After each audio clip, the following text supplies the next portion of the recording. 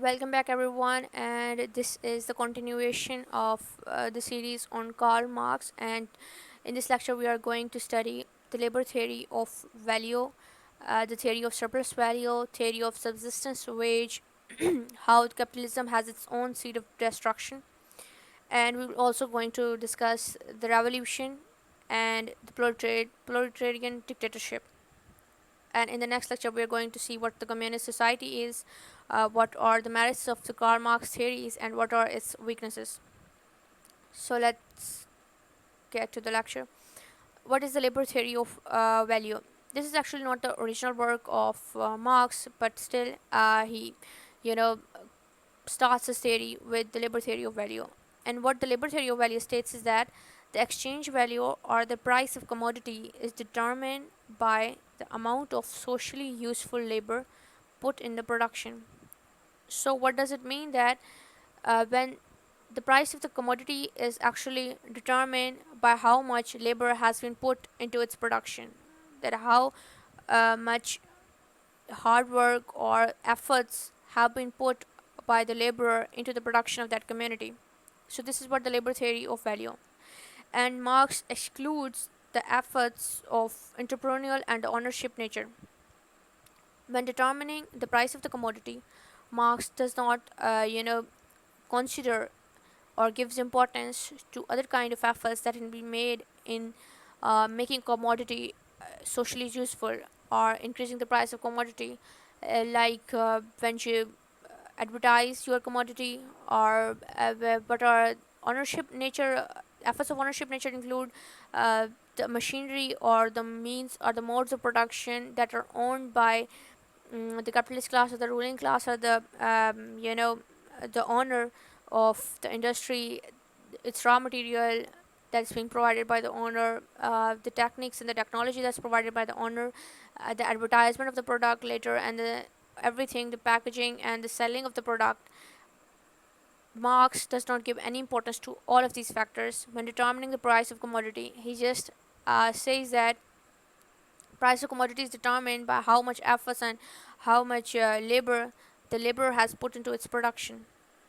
And he says that only the labor is only the labor is a valid measurement of the price of the commodity or the value of commodity.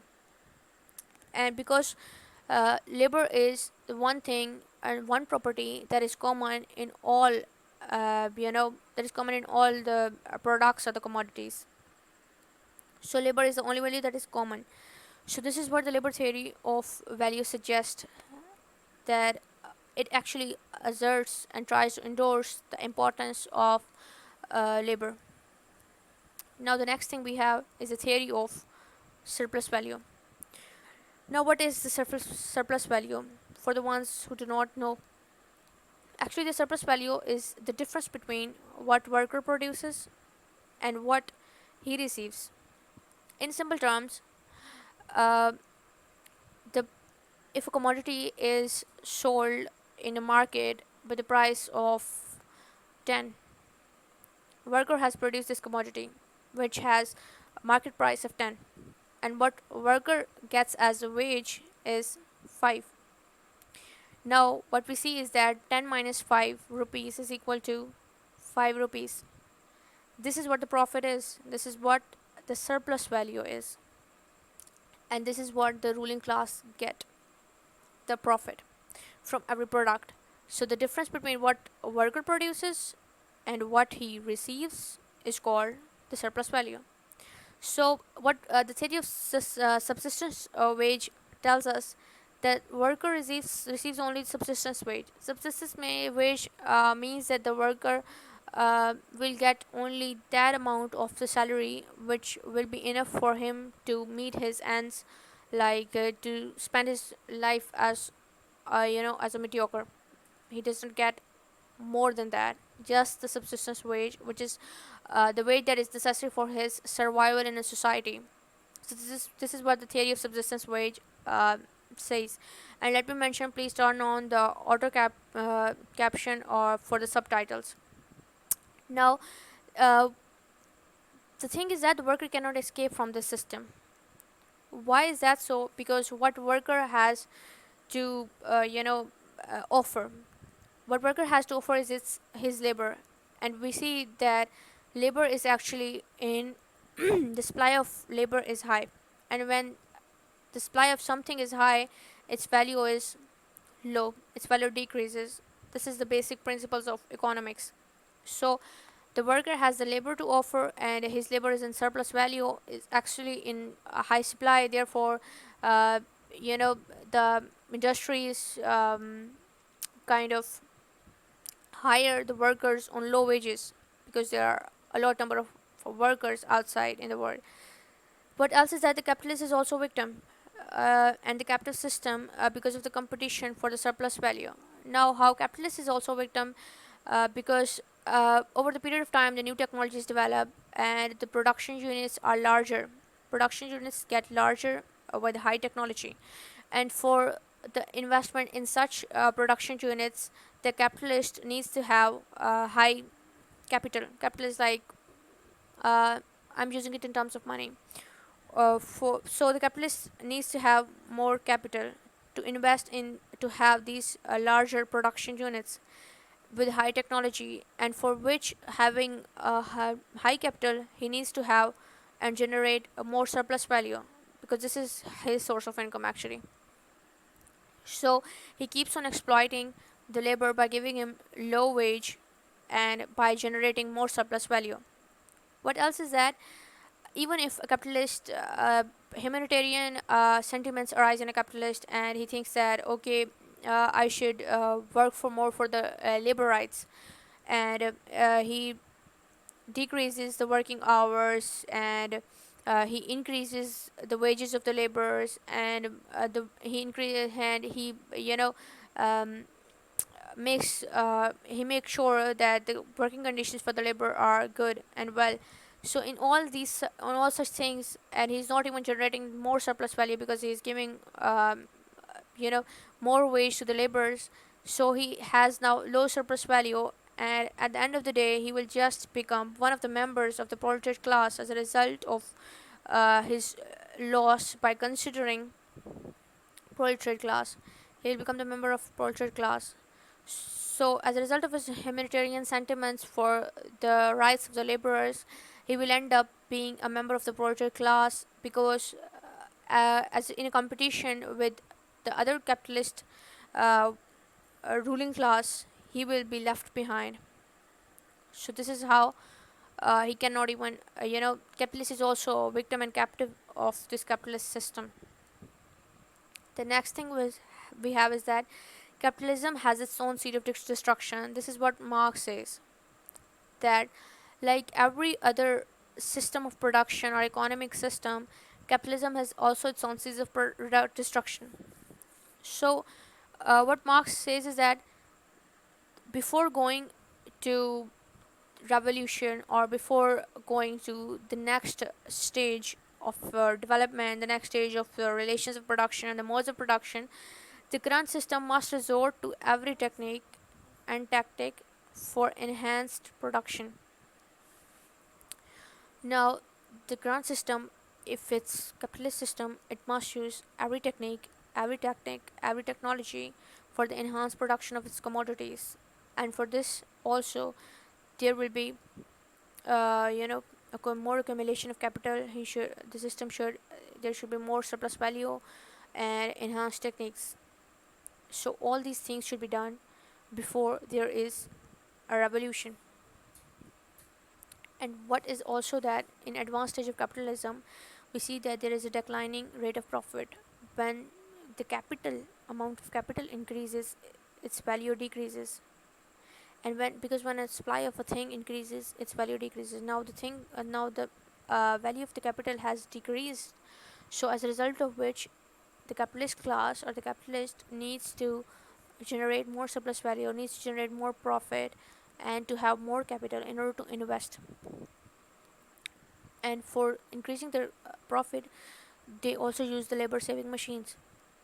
Now they buy a machine for once, and then they do not have to pay the machines, as against or as opposed to if they employ more labor, they will have to give them wages. So They use machines instead of labor, and because of labor saving machines, there is unemployment. There is unemployment. There is unemployment, and there are and what capitalists do is that they increase the working hours of the labor to generate more profit. And there are more working hours, there are, as a result, bad working conditions. And because of bad working conditions, more working hours, there are labor saving machines, there is unemployment, uh, there are low wages.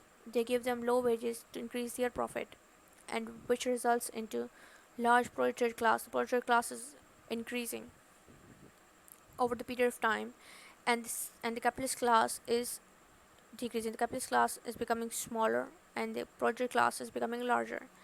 And we see that there are capitalist class is consists of small number of millionaires. So this is what Marx says happen. So this is how capitalism will lead to its own destruction. And because of all these bad conditions or bad things that is happening to the labor class, the class consciousness arises. The proletariat has started thinking of them as one class, and what they do is, Marx says that they will rise up, they will unite, and overthrow, they will overthrow the system of capitalists. They will overthrow the ruling class, that is the capitalist class, and this is what will be the social revolution. So this is how the capitalism has its own seeds of destruction. Now the revolution. What we have is that revolution. So the point arises that Marx says that the proletarian revolution will be different from the other revolutions which we see in history. And how is that? There is bipolarization of classes. In the historical revolutions, we see that there are multiple classes in a revolution that are involved in a revolution. But here we see that there are only two classes. One is the bourgeois class, and the second is the proletariat class. So there are two classes. And the other thing is that minority is oppressed in this revolution, and the majority rules. How is this? Because as a result of the revolution, most of you will know that there will be a proletarian dictatorship. Now, in that dictatorship, minority will be suppressed, and the minority is the capitalist class. Because, as I have already mentioned, that the capitalist class will become smaller. So here, the capitalist class will be oppressed in the proletarian dictatorship as a result of the revolution, and the majority rules. Who is the majority? Proletarian class. So, the proletarian class will rule. Now, these were the points how the proletarian revolution differs from the other revolutions. The next point we have got is that, should the proletarian revolution be violent? The question arises. Now, regarding this question, that whether the revolution should come in a violent way or there should be a peaceful transition from capitalism to socialism, what Marx said the point matters. By there was a lack of clarity by Marx. Marx usually did not um, point out clearly that whether it should be a violent one or not. And because of this lack of clarity, it led to the biased interpretations. And biased interpretations means, like Lenin in Russia, he developed an interpretation of the Marxism that there should be a violent revolution and oppression. So this is what Russia interpreted Marxism. And other countries like England, France, Germany, they advocated that no, there should be peaceful transition. The revolution should be peaceful. What we see is that before 1860s, before 1860s, sorry for the bad handwriting. Before 1860s, we see the inclination of Marx was towards violent revolution, because what he said is that a revolution. He appealed to the workers to arise and shake off the chains of servitude. So this is what Marx said in his famous book and revolutionary books, Communist Manifesto. But however, we see that after in 1859, in his book The Contribution to the Critique of Political Economy, he says that uh, you know more or less rapidly, yes, more or less rapidly the superstructure will change. Now we see that more or less rapidly, it means that less rapidly means the peaceful transition, more rapidly means the violent transition. So what he implies is that the circumstances should suggest that whether the revolution should be uh, violent or peaceful one. However, what Marx said later, that in the countries where there is majority rule, where there is democracy, the transition can be peaceful. Like in USA, in UK, in such countries, in such capitalist countries, the transition can be peaceful. So at the end of the day, what we have seen that Marx had to implied was that he was adamant that change there should be change, no matter how that change comes. Even if there were the conditions where violence was necessary, Marx would never have advocated that there should not be revolution. He said that there should be change, there should be revolution, no matter how, whether it's through peaceful means or whether it's through violent means. Now comes the proletarian dictatorship. As a result of revolution, there would be a transition period from capitalism to communism. There is this period, and this is proletarian dictatorship, and this is the transition period. Now, in this transition period, there will be proletarian dictatorship.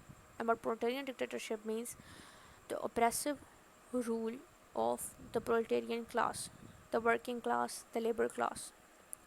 And the purpose of this proletarian dictatorship actually is that the remaining elements of the capitalism must be swept away. That the remnants of the capitalism should be done with. They should be eliminated from the society. The minds of the people who were so inclined towards capitalism, there should be change of opinion in people. The capitalist class, because there are also dangers that the capitalist class can again overcome the proletarian class. So the proletarian dictatorship will be there for a certain period of time till they overcome the capitalist class and they suppress the capitalist class. So they will proletarian dictatorship will employ the conventional oppressive methods to form a new superstructure, because in the capitalist system the ruling class used to have certain methods to change the or to influence the superstructure, to shape the superstructure. And now the proletarian dictatorship will use such oppressive and conventional methods to form the new superstructure. And we have seen in the previous lecture, please do visit that lecture, that what the superstructure is, it's the law, it's the government, it's the culture, it's the um, religion, the art, the education, everything, that kind of everything, the non-materialistic things are the superstructure. Now what else is that proletarian dictatorship will own and will operate actually the means and the instrument of production. Means and instruments of production are the raw material, the resources, the techniques, the technology, and also the relations of production. Now that the proletarian dictatorship is ruling, there won't be the relations of production like bourgeoisie class or the commanding class and the proletariat class are the obeying class. So everything is under the control of the proletarian dictatorship. And this proletarian dictatorship is unique. Marx says that this proletarian dictatorship is just like other governments, because what Marx says is that every government is dictatorial, that's oppressive. So, however, dictatorship government will be democratic. Democratic in a sense because here the majority will rule, and the majority is the proletarian class that will rule. And the second point is that how the dictatorship is unique is that its purpose, because the purpose of the dictatorship is not to exploit. Proletarian dictatorship is not to exploit or suppress or you know exploit the capitalist class, but the end goal or the ends of the proletarian dictatorship is to eliminate the oppression completely and permanently for the good of the society, to form a communist and classless society. So, this is what the proletarian dictatorship will do. Because the minds of the men must be purged of the remnants of the capitalist mentality which they were infected, and the now small capitalist class must be liquidated. So all this preparation requires the use of force. And also, uh, the proletariat class which captures the control of society will be compelled to employ the conventional instruments of oppression which have been used by the exploiting classes in the past. So now the superstructure, the morals, the laws will be made which will be appropriate for the proletarian dictatorship. What else is that? In the proletarian dictatorship, the reward for labor will not be equal for the time being. There won't be equal rewards, and the labor will only be a means of life, only a means of life, and out, not out of enjoyment. Now, what's the explanation of this is that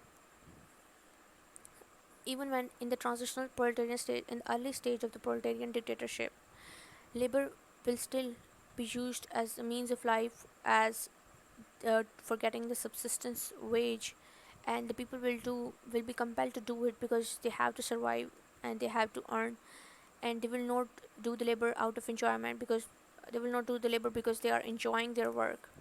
So this is what it is, that in the early stage there will be no enjoyment. The labor will be used as a means of life. However, what we saw is that, why is this so? Because in capitalist system there is division of labor, and in division of labor, the work of the people, the work of the work that is included in the production of a commodity is divided. The work is divided among the many persons for the ease of the production of commodity. Now, what happens as a result of the division of labor is that one person is doing in an industry a meaningless work, because his whole life his whole life is just uh, doing, for example, his whole life is just doing the packing of um, you know a commodity. So in an industry he's packing, for example, soap. He's packing soap for now, for the whole life he's packing soap. This is what his life is all about, his job is all about, so it's kind of boring. So when his commodity or his product, that is the soap, gets ready, he is not excited for his commodity, how his commodity is turned out. He's not enjoying his work. This is what the division of labor has made men, that they are not happy with their work. And what the proletarian dictatorship will do is that it will establish a system to eliminate such division of labor. Uh, it will get people done with division of labor. There won't be any division of labor, but an individual will start a certain making certain commodity, and he will himself complete all the steps to form that commodity. So all-rounded individuals will be made. They will be doing every work, every course. So in this way, uh, the persons will be more satisfied with their products, and they will be doing uh, work because they want to do it, not because they want to do it, not because they have to do it. So as a result of the proletarian dictatorship, a classless society will be formed. Classless society in a sense, because everyone will be working in that society. It will be only one class, the proletariat class. And then when there are no more than one class, there are no conflicting classes. There are no capitalist class or bourgeois class. So there's only proletariat class. So it means that it's a classless society when the people are just alike. And because of a classless society, the state withers away. Now, why the state withers away? Because usually uh, the instruments of the state and the powers of the state is usually used by the ruling class to exploit the command obeying class or the worker class. So when there is no ruling class as such, when there is no need of exploitation, there is only just the proletariat class. So the need of the state withers away. The state is not needed anymore by the end of revolution, and a communist society will be formed, which is stateless and which is classless society. So in the next lecture we will uh, learn about the communist society, what the communist society looks like, what are the merits of and what are the demerits of Marxism. Thank you so much.